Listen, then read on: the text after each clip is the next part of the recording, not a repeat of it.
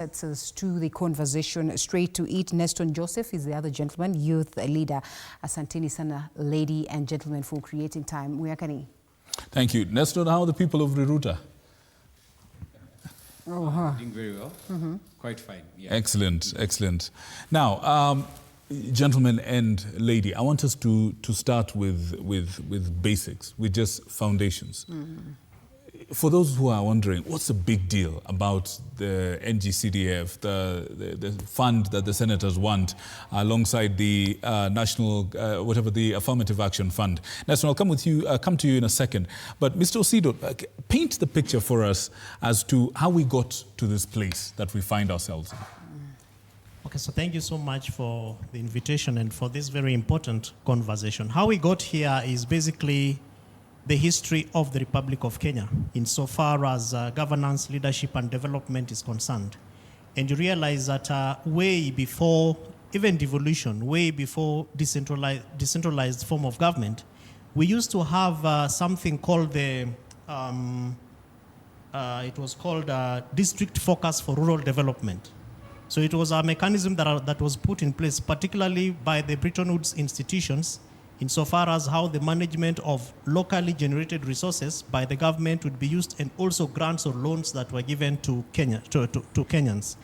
And so moving that forward is the manner in which the citizens were organized, so much such that fast forward to local governments, then Kenyans were put into a mechanism where we had an opportunity to as well generate our own priorities through what was called LASDAP, Local Authority Service Delivery Action Plan, where citizens within a locality, initially they were actually called local governments, so areas within a council where we had people called councillors or kanjula from, Vitu background. Right. And so this was an opportunity for people to feel that aspect of development. But you realize that this was largely managed by the central government, as it were.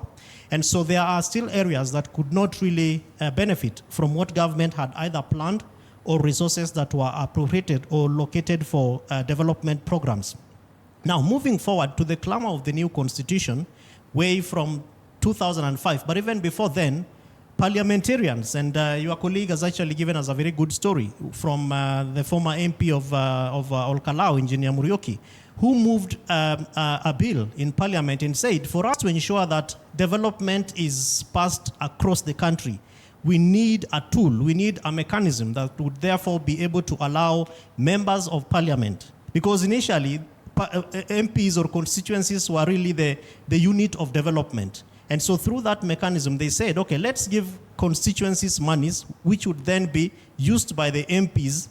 Those days, we never used to have very strong conversations around separation of power, around the role of parliament or other parliamentarian, and of course, looking at now what the local governments were doing. So the CDF Act of 2003 was then put to the fore to be able to ensure that there is development taking place, equalization, and of course the fact that Kenyans would then have an opportunity also to make decisions in terms of prioritizing their needs by creating projects or programs of development. But you realize that upon the promulgation of the new constitution in 2010, then we had devolved governments. So we have 48 governments, 47 county governments, and 1 government. But then, if you look at various institutions of government, where we are now talking about the 3 arms of government, the executive, the legislature, and indeed the, of course, the judiciary. To be able, and each of them, the 3 have very clear-cut roles.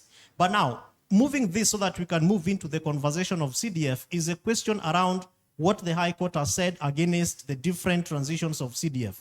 The CDF that we're talking about, despite the fact that other schools of thought are saying is a CDF of 2013, the CDF Act has been amended close to, I think, 7 to 11 times.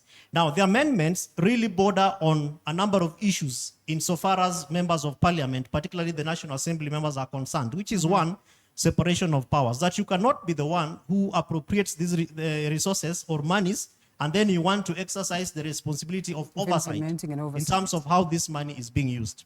But then number 2 is a judicious management of these resources, that we have institutions of government that therefore also exercise auditing, like the Office of the Auditor General, that will go out and look at if it is programs that have been put, the projects that have been built, They will go there and ask people, where are the bill of quantities, how much money was used, can we see the documentation, and all that.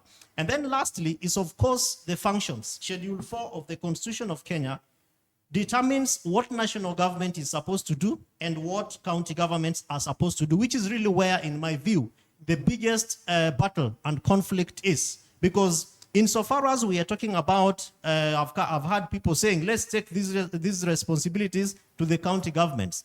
To be honest with you, there is no mechanism for county governments to be able to exercise functions that have been given to NG-CDF. Now, remember that again, we are talking about not just CDF, but is NG, which is National Government Constituency Development Fund, which means, therefore, as I finish, that this is meant for functions that are only supposed to be exercised by the national government and not county government. Not the county government. And as we proceed on, then we'll be able to clarify absolutely really what that means. I would like to come back to you to unpack that in a moment. But I have a question for Mr. Simba.